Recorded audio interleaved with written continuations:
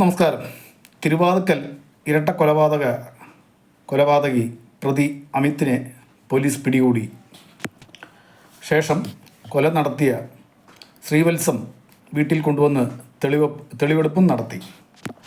ഒപ്പം തന്നെ ജില്ലാ ആശുപത്രിയിൽ എത്തിച്ച് പ്രതിയുടെ വൈദ്യപരിശോധന നടത്തി. പ്രതിയിൽ നിന്നും മോഷ്ടിക്കപ്പെട്ട CCTV ഉപകരണം അയാൾ എവിടെയാണോ കളഞ്ഞത് ആ തോട്ടിൽ നിന്ന് തന്നെ കണ്ടെത്തിയിട്ടുണ്ട്.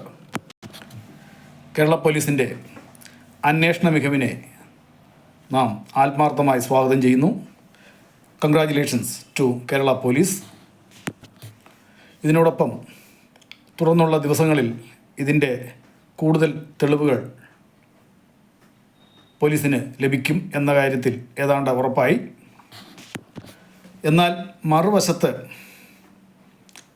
കൊല്ലപ്പെട്ട 2 ദമ്പതിമാരുടെ ശവസംസ്കാരം ഇന്നോ നാളെയോ ഉണ്ടാവും എന്ന് എൻ്റെ ദീർഘവീക്ഷണത്തിൽ ഞാൻ സങ്കല്പിച്ചിരുന്നു. എന്നാൽ 7 മാസം മുമ്പ്, അതായത് കഴിഞ്ഞ ഒക്ടോബർ ആദ്യവാരം, ആഘോഷവും ആഡംബരവും കൂടിയ ധന്യമുഹൂർത്തത്തിൽ മാതാപിതാക്കൾ തനിക്ക് തൻ്റെ വിവാഹത്തിന് നേതൃത്വം വഹിക്കുകയും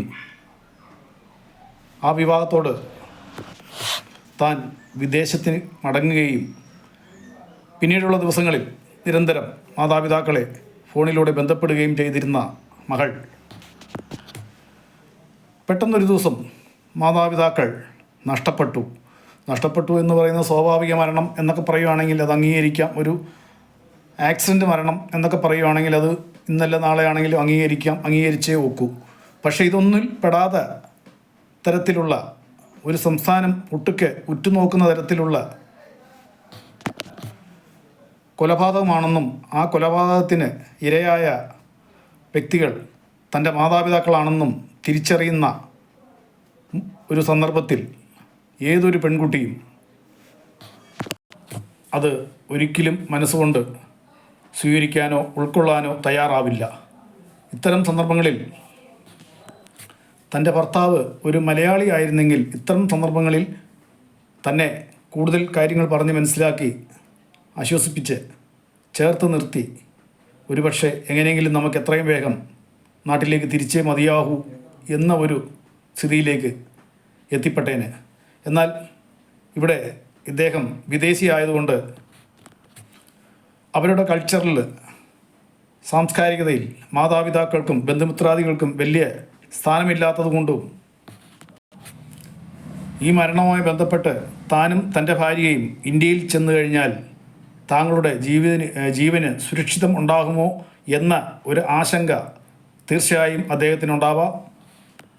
കാരണം ഇവിടെ ഈ അരുംകൊല നടന്ന ഭവനം എന്ന് പറയുന്നത് വിദേശികളുടെ ഭവനത്തിന് തുല്യമായ സുരക്ഷ സംവിധാനങ്ങളുള്ള ഒരു ഭവനമാണ്. അവിടെ അത് സംഭവിക്കാമെങ്കിൽ തീർച്ചയായിട്ടും താങ്കളുടെ ജീവനും ഉത്തരവാദിത്വം ഉണ്ടാവില്ല എന്ന ആശങ്ക ആ വിദേശിയായ ഭർത്താവിനുണ്ടാവും. അതൊക്കെ ഒരു പ്രധാന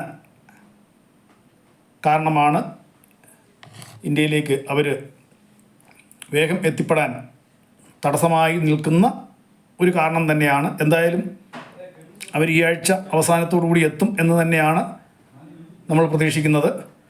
അവർ മകളെത്തിയ ശേഷമേ ഉള്ളൂ ശവസംസ്കാരങ്ങൾ നടക്കുകയുള്ളൂ എന്നതും എനിക്ക് അറിയാൻ സാധിച്ച ഒരു വിവരങ്ങളാണ്. ഇതിനോടൊപ്പം തന്നെ എനിക്ക് മറ്റ് ചില കാര്യങ്ങളും കൂടി പ്രേക്ഷകരെ അറിയിക്കാനുണ്ട്. സാധാരണ രീതിയിൽ നമ്മുടെയൊക്കെ ഭവനങ്ങളിൽ ഒരു നായ അല്ലെങ്കിൽ ഒരു പശു അല്ലെ ആട് എന്നീ 3-ൽ ഏതെങ്കിലും ഒരെണ്ണത്തിനെ വളർത്താറുണ്ട്. മിക്കവാറും ചില വീടുകളിൽ, സ്ഥല സൗകര്യങ്ങളുള്ള വീടുകളിൽ 3 മൃഗങ്ങളും ഉണ്ടാകാറുണ്ട് പണ്ട് കാലങ്ങളിൽ. ഇന്നിപ്പം അതൊന്നുമില്ല. ഇന്നിപ്പം വീടുകളിൽ സ്ഥല സൗകര്യങ്ങളുണ്ടെങ്കിലും നോക്കാൻ ആളില്ല. അങ്ങനെയുള്ളൊരു അസൗകര്യങ്ങളൊക്കെയാണ്. എന്തായാലും അത്യാവശ്യം ഒരു നായ ഉണ്ടാവും വീടുകളിൽ. ഈ മൃഗങ്ങൾക്കൊരു പ്രത്യേകതയുണ്ട്. എന്താണ്? മൃഗങ്ങൾ മൊത്തത്തിൽ പ്രത്യേകതയുള്ളതാണ്. പ്രത്യേകിച്ച് നമ്മുടെ വീടുകളിൽ നമ്മൾ ഓമനിച്ച് വളർത്തുന്ന, നമുക്ക് നമ്മുടെ കുഞ്ഞുങ്ങൾക്കൊപ്പം തന്നെ നമ്മളെ കുഞ്ഞുങ്ങളെക്കാൾ കൂടുതൽ സ്നേഹിച്ച് വളർത്തുന്ന ധാരാളം വ്യക്തികളുണ്ട്. അതിലൊരു കപ്പിൾസാണ് ഇന്നലെ മരണപ്പെട്ട വിജയകുമാർ സാറും അദ്ദേഹത്തിൻ്റെ സഹധർമ്മിണിയും. അവർക്ക് ഈ പറഞ്ഞ പോലെ നായ എന്ന് പറയുന്നത് അങ്ങേയറ്റം ജീവനാണ്. അതിനെ കൃത്യമായി ഭക്ഷണം കൊടുക്കുക, അതല്ലെങ്കിൽ അതിൻ്റെ പരിചരണങ്ങൾ നടത്തുക എന്നീ കാര്യങ്ങളിൽ സദാസമയം അവർ ശുഷ്കാന്തി പുലർത്തുന്നവരാണ്. അത്തരം മൃഗങ്ങൾ, നായയാണേലും ശരി, പശുവാണേലും ശരി, അല്ല ആടാണേലും ശരി, അത്തരം മൃഗങ്ങൾ വീടുകളിൽ ഉള്ളിടത്തോളം കാലം നമുക്ക് ഒരു സെക്യൂരിറ്റിയാണ്. കാരണം ഇതുങ്ങൾക്കൊരു പ്രത്യേകത എന്താണെന്ന് ചോദിച്ചു കഴിഞ്ഞാൽ, നമുക്കെന്തെങ്കിലും ഒരു അപകടം വരാൻ സാധിക്കുന്നു എന്നുണ്ടെങ്കിൽ അത് മണിക്കൂറുകൾക്ക് മുമ്പ് തന്നെ ഇതുങ്ങൾക്ക് തിരിച്ചറിയാനുള്ള ഒരു ശക്തിയുണ്ട്. അതെല്ലാവർക്കും അറിയുകയും ചെയ്യാം. ഇതുങ്ങൾ അതനുസരിച്ച് ഒരു പശുവാണെങ്കിൽ ചുമ്മാ കിടന്ന് അമറിക്കൊണ്ടിരിക്കും, ഓന്ന്. ആടാണെങ്കിലും അതെ, പട്ടിയാണെങ്കിൽ കുരയോട് കുരയായിരിക്കും. മനസ്സിലായി? അതൊക്കെ നമ്മൾ ഇതുങ്ങളെ വളർത്തുന്ന ഏതൊരു വ്യക്തികൾക്കും, ഇതിനെ അങ്ങേയറ്റം ആത്മാർത്ഥമായി വളർത്തുന്ന ഏതൊരു വ്യക്തികൾക്കറിയാം. എന്തിന് തെരുവുനായെ പോലും നമ്മൾ ഒരു 2 ദിവസം ഭക്ഷണം കൊടുത്ത് നോക്കി, ഒരു 2 ദിവസം നമ്മൾ അത് എവിടെയാണ് കിടക്കുന്നതെന്ന് വെച്ചാൽ ആ സ്ഥലത്ത് കൊണ്ടുപോയിട്ട് 2 നേരം അല്ല 1 നേരം ആഹാരം കൊടുത്തു. ഈ 3-ാം പക്കം നമ്മൾ ഒന്നും കൊടുക്കാതെ ആ തെരുവുനായ കിടക്കുന്ന വഴി കൂടെ നമ്മൾ കടന്നു പോയാൽ ആ സാധനം നമ്മുടെ പിന്നാലെ വന്ന് വാലാട്ടിക്കൊണ്ട് നിൽക്കും. ഒരു സംശയം വേണ്ട. അത്തരം സ്നേഹമുള്ള മൃഗങ്ങളാണ് ഇത്. എന്നാൽ നമുക്കെന്തെങ്കിലും ഒരു അപകടം വരികയോ മറ്റോ ഉണ്ടെങ്കിൽ അത് മുൻകൂട്ടി അത് കാണുകയും അതനുസരിച്ച് അത് അതിൻ്റെതായ ഭാഷയിൽ അത് നമ്മളെ അറിയിക്കുകയും, പക്ഷേ അതിൻ്റെ ഭാഷ നമുക്ക് മനസ്സിലാകാത്തത് കൊണ്ട് നമ്മൾ വിചാരിക്കും ഈ പശു എന്താ ഇങ്ങനെ അമറിക്കൊണ്ടിരിക്കുന്നത്, ഇതിന് നമ്മൾ ഭക്ഷണം കൊടുത്തല്ലോ, കാടി കൊടുത്തല്ലോ, ഇതിനെന്താ കുഴപ്പം, ഇതിനെന്ത് പറ്റി, ഇതിന് വല്ല ബുദ്ധിമുട്ട് വല്ലതും ഉണ്ടോ, ഭക്ഷണം കഴിക്കാൻ വല്ല പ്രയാസമുണ്ടോ എന്ന് നമ്മൾ ചിന്തിക്കാറുണ്ട്. പട്ടിയാണെങ്കിൽ അത് തന്നെ, പട്ടിക്ക് നമ്മൾ ഭക്ഷണം കൊടുത്താണല്ലോ, കുടിക്കാൻ വെള്ളം കൊടുത്താണല്ലോ, അതിന് പ്രത്യേകിച്ച് അസുഖമൊന്നും ഇല്ലല്ലോ, പിന്നെന്താ ഇത് കിടന്ന് ഒരു നിയന്ത്രണമില്ല ചുമ്മാ കിടന്ന് കുറച്ചുകൊണ്ടിരിക്കുന്നത് എന്നൊക്കെ ബഹളം വെക്കുന്നൊരു സാധനമാണ്. അങ്ങനെ എങ്ങാനും ഈ വീട്ടിൽ ഇപ്പം നിലവിൽ ഒരു പട്ടിയെ ഉള്ളെന്നാണ്, ഒരു ബ്ലാക്ക് ഡോഗ് അതുള്ളെന്നാണ് നമുക്കറിയാൻ സാധിച്ചത്. ആ വീട്ടിൽ ഉള്ള നായ ഒരു രാത്രി 8 മണിയൊക്കെ ആകുമ്പോഴത്തേക്ക് ശരിക്കും പറഞ്ഞാൽ അത് കുരയ്ക്കേണ്ടിയിരുന്നു. ഈ പ്രതി എന്ന് പറയുന്ന വ്യക്തിക്ക് മാക്സിമം 1 വർഷത്തിന് താഴെയുള്ള ഒരു ബന്ധമേ ഉള്ളൂ ഈ നായയ്ക്ക്. എന്നാൽ ഈ പട്ടീനെ അതിൽ കൂടെ കുഞ്ഞായിരുന്നപ്പോഴേ ഇവരെടുത്ത് വളർത്തുകയാണ്. ചുമ്മാ വളർത്തുകയല്ല, മരിച്ചുപോയ സ്വന്തം മകനെ നോക്കുന്നേക്കാൾ കൂടുതൽ അങ്ങേയറ്റം ലാളിത്യത്തോടെ സ്നേഹത്തോടെയാണ് അതിനെ പരിചരിക്കുന്നത്. അതിനെന്തെങ്കിലും ഒരു ബുദ്ധിമുട്ടുണ്ടായാൽ അപ്പം തന്നെ ഡോക്ടറെ വിളിച്ച് വരുത്തുക, അല്ലെങ്കിൽ ഡോക്ടറിൻ്റെ അടുത്തേക്ക് ഇതിനെ കൊണ്ടുപോവുക. അത്രയ്ക്കും ഞാനത് നേരിട്ട് കണ്ടിട്ടുള്ള കാര്യങ്ങളാണ്. അങ്ങനെയുള്ള ഒരു മിണ്ടാപ്രാണി തീർച്ചയായിട്ടും സ്വന്തം യജമാന്മാർക്ക് ഒരു ദുരിതം വരുന്നു, ഒന്നും വേണ്ട, ഒരു സ്നേക്ക് വന്ന് കടിച്ച് ചാകാൻ സാധ്യതയുണ്ടെന്ന് കൂട്ടിക്കും. രാത്രി ആ പാമ്പ് നമ്മളെ കടിക്കാൻ വിധിച്ച സമയം രാത്രി 10 മണി എന്ന് കൂട്ടിക്കൂ. പക്ഷേ ഈ സാധനം വൈകിട്ട് ഒരു 6 മണി കഴിയുമ്പോഴേ ഇതിൻ്റെ വെപ്രാളം തുടങ്ങും, പരവേശം തുടങ്ങും. കാരണം അതിനറിയാം തൻ്റെ യജമാൻ ഇന്ന് ഈ ഭൂമിയിൽ നിന്നും വിട ചൊല്ലുകയാണ്, നാളെ യജമാൻ്റെ കരങ്ങളിൽ നിന്നും എനിക്കൊരു നേരം അന്നം കിട്ടില്ല എന്ന കാര്യം നമ്മളെക്കാൾ കൂടുതൽ അറിയാം. പക്ഷേ വിവരം കെട്ട മനുഷ്യനായ നമ്മൾ ചിലപ്പോൾ ഇതിന് നമ്മൾ വഴക്ക് പറയാറുണ്ട്. എന്ത് പറ്റി, ഇനി എല്ലാം ചെയ്തല്ലോ, പിന്നെ എന്താണ് ഇവന് ഈ കിടന്ന് ഒരു ബെല്ലും ബ്രേക്കും ഇല്ല, നിയന്ത്രണമില്ല കിടന്ന് കുറച്ചുകൊണ്ടിരിക്കുന്നത്, പിന്നെ എന്നാത്തിൻ്റെ സോക്കേടാ എന്നൊക്കെ ചിലപ്പോൾ നമ്മൾ അതിൻ്റെ ഭാഷ മനസ്സിലാകാത്തതുകൊണ്ട്, അല്ലെങ്കിൽ നമ്മുടെ സ്വന്തം കാര്യങ്ങളുടെ ടെൻഷൻ കാരണം ചിലപ്പോൾ നമ്മൾ അങ്ങനെയൊക്കെ ചിന്തിച്ചു പോകാറുണ്ട്. സ്വാഭാവികമാണത്. അപ്പം ഞാൻ ചോദിച്ചു വരുന്നത്, എന്തേ ഈ മൃഗം അത്തരം കലാപരിപാടികളൊന്നും കാണിച്ചില്ല? എന്തായാലും ഇദ്ദേഹം വന്നിരിക്കുന്ന പാതിരായ്ക്കാണ്, ഇദ്ദേഹം ചെറിയ ഗേറ്റ് കടന്നതാണ് വന്നിരിക്കുന്നത്, കയറിയിരിക്കുന്നത്, ഒക്കെ ശരി, നമ്മൾ സമ്മതിച്ചു, നമ്മളാരും കണ്ടിട്ടില്ല, ഇനിയിപ്പോൾ CCTV റിപ്പോർട്ടുകൾ വരണം, ഒക്കെ സമ്മതിച്ചു. പക്ഷേ രാത്രി 8 മണി കഴിഞ്ഞെങ്കിലും, കാരണം 8 മണി കഴിഞ്ഞെങ്കിലും, കാരണം അതിന് നമ്മളെക്കാൾ കൂടുതൽ വ്യക്തമായി അറിയാം. ഓരോ സെക്കൻഡുകളും, ഓരോ മിനിറ്റുകളും, ഓരോ സെക്കൻഡുകളും നമ്മുടെ യജമാൻ്റെ സമയം കൊഴിഞ്ഞുകൊണ്ടിരിക്കുകയാണ്. അദ്ദേഹം ബൗണ്ടറിയിലേക്ക് എത്തിക്കൊണ്ടിരിക്കുകയാണ്. അദ്ദേഹം മാത്രമല്ല, അദ്ദേഹത്തിൻ്റെ സഹധർമ്മിണി. അപ്പം ആ ഒരു സന്ദർഭത്തിൽ നമ്മളെ കൂട്ടിനകത്ത് ഇട്ടിരിക്കുക, നമുക്കൊരു തരത്തിലും അവരെ സഹായിക്കാൻ പറ്റുന്നില്ല, പിന്നെ നമ്മൾ എന്തിന് ജീവിക്കണം എന്നുള്ള ഒരു മനോഭാവത്തിൽ ഇതുങ്ങൾ കിടന്ന് വല്ലാതെ വയലൻ്റ് ആവും. അത്തരം ശബ്ദങ്ങളൊന്നും തൊട്ടയലോക്കുമാർ കേട്ടിട്ടില്ലേ? ഉണ്ടായിരുന്നെങ്കിൽ അവർ പറഞ്ഞേന്, അയ്യോ ഇന്നലെ രാത്രി 8 മണി കഴിഞ്ഞ് ഒരു കാര്യവും ഇല്ലാതെ വല്ലാതെ കിടന്ന് ആ നായ കിടന്ന് കുരയ്ക്കുന്ന ഞങ്ങൾ ഒച്ച കേട്ടതാ എന്ന് പറയാൻ ആരെക്കൊണ്ടും പറ്റിയില്ലല്ലോ. ആരും അങ്ങനെ ഒരു റിപ്പോർട്ട് തന്നിട്ടില്ലല്ലോ. അത് എന്തിൻ്റെ പേരില്ല? അതോ ഇദ്ദേഹം സന്ധ്യയ്ക്ക് 7 മണിക്ക് മുന്നേ തന്നെ കടന്ന് കയറി വീടിൻ്റെ പിന്നാമ്പുറത്തോ മറ്റും ഒളിഞ്ഞിരുന്ന് ഈ സമയത്തിന് ഇപ്പുറം 8 മണിയോടുകൂടി ആ മിണ്ടാപ്രാണിക്ക് വല്ല മയക്കമരുന്ന് കലർത്തി ബിസ്ക്കറ്റോ മറ്റും കൊടുത്ത് അതിനെ കീഴ്പ്പെടുത്തിയതാണോ? ചിലപ്പോൾ 8 മണി കഴിഞ്ഞാൽ ആരും മൈൻഡ് ചെയ്യുകയില്ല, TV വാർത്ത കാണുക അല്ലെങ്കിൽ അത് അങ്ങനെയുള്ള കാര്യങ്ങളായിട്ട് അങ്ങ് നിന്ന് പോവുകയുള്ളൂ. തന്നെയല്ല ആ ഭവനത്തിൽ അധികം ആരുമില്ല, സാറ് മാഡം മാത്രം 2 പേരേ ഉള്ളൂ, അല്ലാതെ വേറെ ആരുമില്ല. പിന്നെ ഔട്ട് ഹൗസിൽ ഒരു സെക്യൂരിറ്റി എന്ന പേരിൽ ഒരു വയോവൃദ്ധനുണ്ട്. അദ്ദേഹത്തിനാണ് 2 ചെവിയും കേൾക്കാൻ പാടില്ല. അങ്ങനത്തെ ഒരു പ്രായമുള്ള മനുഷ്യനാണ് അദ്ദേഹമേ ഉള്ളൂ. അദ്ദേഹം ഈ പറഞ്ഞ പോലെ പണ്ട് കുറേ കാലങ്ങൾ നിന്നു, പണി വേണ്ടെന്ന് പറഞ്ഞു പോയതാണോ അതോ ഇവർ ഓടിച്ചു വിട്ടാണോ എന്ന് എനിക്കറിയില്ല. പിന്നെ അദ്ദേഹം മടങ്ങിയെത്തി, എനിക്ക് ജോലി വേണം, അത് ഇവർ പറഞ്ഞു വിട്ടതാണ്. ഇദ്ദേഹത്തെ കൊണ്ട് ഈ പറയുന്ന പോലെ പറയുന്ന കാര്യങ്ങളൊന്നും അദ്ദേഹത്തിന് മനസ്സിലാവില്ല, അദ്ദേഹത്തിന് ചെവിയും കേൾക്കില്ല. അപ്പോൾ ഇത്തരം പ്രശ്നങ്ങൾ കാരണം അവർ മടുത്തിട്ട് പറഞ്ഞു വിടുകയോ മറ്റും ചെയ്തു. പോയി അയാൾ ആ 4-5 മാസം അയാളുടെ നാട്ടിൽ നിന്നിട്ട് പിന്നെയും വീണ്ടും മടങ്ങി വന്നു, കൈയും കാലും പിടിച്ചു കയറിപ്പറ്റി എന്നാണ് എനിക്കറിയാൻ സാധിച്ചത്. അദ്ദേഹത്തെ ഞാൻ ഒരിക്കൽ കണ്ട് സംസാരിച്ചപ്പോൾ അദ്ദേഹം കവലയിൽ സാധനങ്ങൾ, ആ ജംഗ്ഷനിലുള്ള, അത് ഇവരുടെ വീടിനോട് ചേർന്ന് ഇരിക്കുന്ന തിരുവാക്കൽ ജംഗ്ഷനിലെ കടകളിൽ സാധനം വാങ്ങിക്കാൻ വരാറുണ്ട് വല്ലപ്പോഴും. ആ സമയങ്ങളിൽ ഞാൻ ഇദ്ദേഹത്തെ കാണാറുണ്ട്, കാണുമ്പം ചോദിക്കും. അന്നേരം അങ്ങനെയാണ് പറഞ്ഞ് അദ്ദേഹം പോയിട്ട് മടങ്ങിയെത്തിയ കഥ ഒരു ദിവസം അങ്ങനെയാണ് പറഞ്ഞത്. പക്ഷെ ഞാൻ അദ്ദേഹത്തിനോട് ചോദിച്ച കാര്യങ്ങളെല്ലാം വ്യക്തമായി അദ്ദേഹത്തിന് ബോധ്യപ്പെട്ടോ എന്ന് എനിക്കറിയില്ല, പൂർണ്ണമായിട്ടും മനസ്സിലായിട്ടില്ല. അദ്ദേഹം ഒരു ചെറു പുഞ്ചേരിയോടുകൂടിയാണ് എന്നോട് അങ്ങനത്തെ മറുപടി പറഞ്ഞത്. അത് അങ്ങനത്തെ ഒരു പോയിന്റ്. അപ്പം ഞാൻ ഈ ചോദിച്ചു വരുന്നത്, ഈ നായ എന്തുകൊണ്ട് സ്വന്തം യജമാന് വേണ്ടി ശബ്ദിച്ചില്ല? നായയുടെ ഹിസ്റ്ററിയിൽ തന്നെ അങ്ങനത്തെ ഒരു നിഘണ്ടുവിൽ തന്നെ അങ്ങനത്തെ ഒരു കീഴ്വഴക്കമില്ല. മുമ്പേ ഞാൻ പറഞ്ഞ പോലെ ഒരു ഇഴജന്തു കടിച്ച് നമ്മൾ മരണപ്പെടാൻ യോഗ്യത ഉണ്ടെങ്കിൽ പോലും അതിനെ മണിക്കൂറിന് മുമ്പേ കണ്ടെത്താൻ ശേഷിയുള്ള ഈ മൃഗങ്ങളാണ്. അതും വീടുകളിൽ നമ്മൾ പൊന്നുപോലെ ഓമനിച്ച് വളർത്തുന്ന മൃഗങ്ങൾ. ഇത് നമ്മളോട് അറിയിക്കും.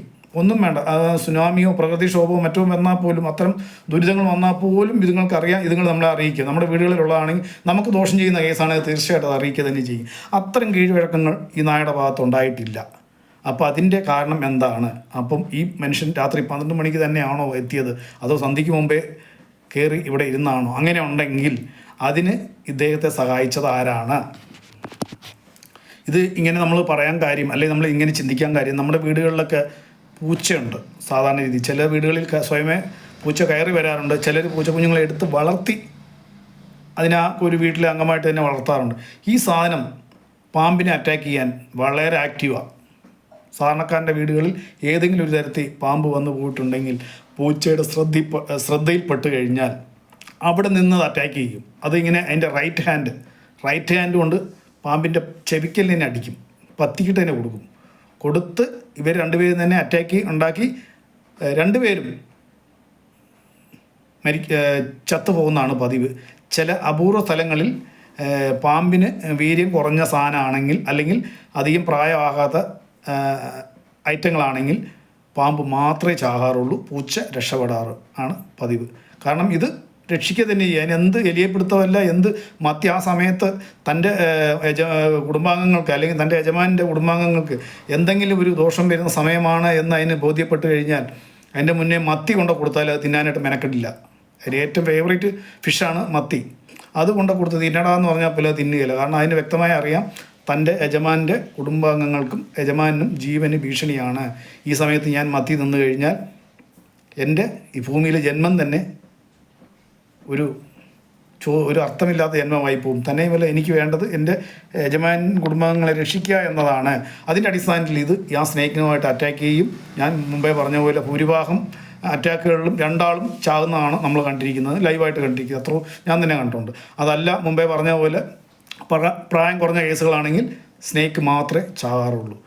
ആ പൂച്ചയേക്കാൾ കൂടുതൽ സ്നേഹമുള്ള ആത്മാർത്ഥതയുള്ള മൃഗങ്ങളാണ് ഈ ആട്, പശു, നായ. ഈ 3-ൽ ഞാൻ മുമ്പേ പറഞ്ഞ പോലെ ഇങ്ങനെ ഒരു സ്വഭാവമുണ്ട്. അതെല്ലാവർക്കും അറിയുകയും ചെയ്യാം. പക്ഷേ ഇവിടെ ആ സാധനം ആക്റ്റീവായിട്ടില്ല എന്നതും നമുക്ക് കൂടുതൽ സംശയിക്കേണ്ടിയിരിക്കുന്നു. അതിൻ്റെ പിന്നിൽ ആരാണെന്ന് നമ്മൾ സംശയിക്കേണ്ടിയിരിക്കുന്നു. ആരാണ് ആ ഒത്താശ ചെയ്തു കൊടുത്തത്? ആ നായ നമ്മൾ ഇന്നലെയും ഇന്നുമായിട്ട് വീഡിയോ കാണുന്ന പോലെ അല്ല അതിൻ്റെ യഥാർത്ഥ രൂപം. അതിൻ്റെ ശൗര്യം കൂട്ടിക്കിടക്കുമ്പോഴൊക്കെ ഞാൻ കണ്ടിട്ടുണ്ട് ആ സാധനത്തിന്. അല്ല, ഈ ബ്ലാക്ക് ടൈഗർ പോലിരിക്കുന്ന സാധനം. അത് ഇപ്പോൾ 2 ദിവസമായിട്ട് ഈ പറഞ്ഞ പോലെ മുതലാളി ഈ മരണപ്പെട്ടതിൻ്റെ ആണെന്ന് തോന്നുന്നു, അതിൻ്റെ ഒരു മുതലാളി മരണപ്പെട്ടതിൻ്റെയും പിന്നെ എന്തോ മയക്കുമരുന്നോ മറ്റോ കൊടുത്തിട്ടുണ്ടല്ലോ, അതിൻ്റെയും ഒരു അവശതയാണ് അതിന് കാണുന്നത്. പക്ഷേ നാച്ചുറലി അത് അങ്ങനെ അല്ല. നല്ല ശൗര്യത്തിലുള്ളൊരു ഐറ്റം അത്. പെട്ടെന്ന് കണ്ടാൽ നമ്മൾ അതിൻ്റെ നോട്ടം കാണുമ്പോഴത്തേനും ബ്ലാക്ക് ക്യാറ്റും എല്ലാണോ എന്ന് ഓർക്കും. ബ്ലാക്ക് ക്യാറ്റല്ല, ബ്ലാക്ക് ടൈഗർ ആണോ എന്ന് ഓർക്കും. അത്തരം ശൗര്യമുള്ള ഒരു നായയാണ്. നല്ല സാമാന്യ വലിപ്പമുള്ളൊരു കൂടുമാണ് അത് കിടക്കുന്നത്. എന്നാലും ആ സാധനം ചലിച്ചില്ല എന്ന് പറയുന്നത് നമുക്ക് പൊതുവെ ചിന്തിക്കേണ്ട ഒരു കാര്യം തന്നെയാണ്. അതിൻ്റെയൊക്കെ പിന്നാമ്പുറം നമ്മുടെ പോലീസ് സേന തീർച്ചയായും വരും ദിവസങ്ങളിൽ ഇതിൻ്റെയൊക്കെ മറുപടികൾ കിട്ടത്തക്ക രീതിയിൽ അന്വേഷണം പുരോഗമിക്കുന്നതായി തന്നെയാണ് നമ്മൾ മനസ്സിലാക്കുന്നത്. തീർച്ചയായിട്ടും ഏതാനും ദിവസങ്ങൾക്കുള്ളിൽ തന്നെ ഇതിൻ്റെ പൂർണ്ണരൂപം മുഴുവൻ വിവരങ്ങളും പുറത്തു വരിക തന്നെ ചെയ്യും എന്നതിൽ യാതൊരു തർക്കവും വേണ്ട. ഇത്രയും പറഞ്ഞുകൊണ്ട് എൻ്റെ ഈ വീഡിയോ വൈൻഡപ്പ് ചെയ്യുന്നു. ഇതിനോടനുബന്ധിച്ചുള്ള വീഡിയോ തൊട്ട് പുറകെ തന്നെ അടുത്തതുണ്ടാകും, പ്രതീക്ഷിക്കുക. ചാനലിലെ പരിപാടി ഇഷ്ടപ്പെടുന്ന പ്രേക്ഷകർ ലൈക്ക് ചെയ്യുക, ഷെയർ ചെയ്യുക, സബ്സ്ക്രൈബ് ചെയ്യുക. നന്ദി, നമസ്കാരം.